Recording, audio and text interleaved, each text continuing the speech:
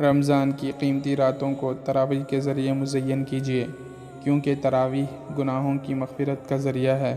رسول اللہ صلی اللہ علیہ وسلم نے ارشاد فرمایا، جو کوئی رمضان کی راتوں میں ایمان کے ساتھ اور حصول ثواب کی نیت سے عبادت میں کھڑا ہو تو اس کے تمام اگلے گناہ بخش دیے جائیں گے۔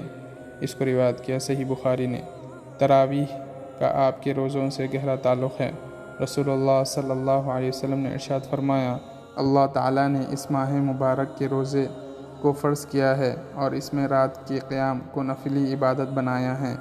اس کو روایت کیا صحیح ابن خزیمہ نے۔ تراویح روز محشر فرض نمازوں میں پائی جانے والی کوتاہیاں دور کرنے کا سبب بنے گی۔ رسول اللہ صلی اللہ علیہ وسلم نے ارشاد فرمایا، اگر روز محشر فرض نمازوں میں کچھ کمی ہوئی تو اللہ تعالیٰ ارشاد فرمائیں گے، دیکھو کیا میرے بندے کے پاس کچھ نفلیں بھی ہیں جن سے فرضوں کی کمی پوری کر دی جائے۔ اگر نفلیں ہوں گی تو اللہ تعالیٰ ان سے فرضوں کی کمی پوری فرما دیں گے۔ اس کو روایت کیا سنن ابی داؤد نے۔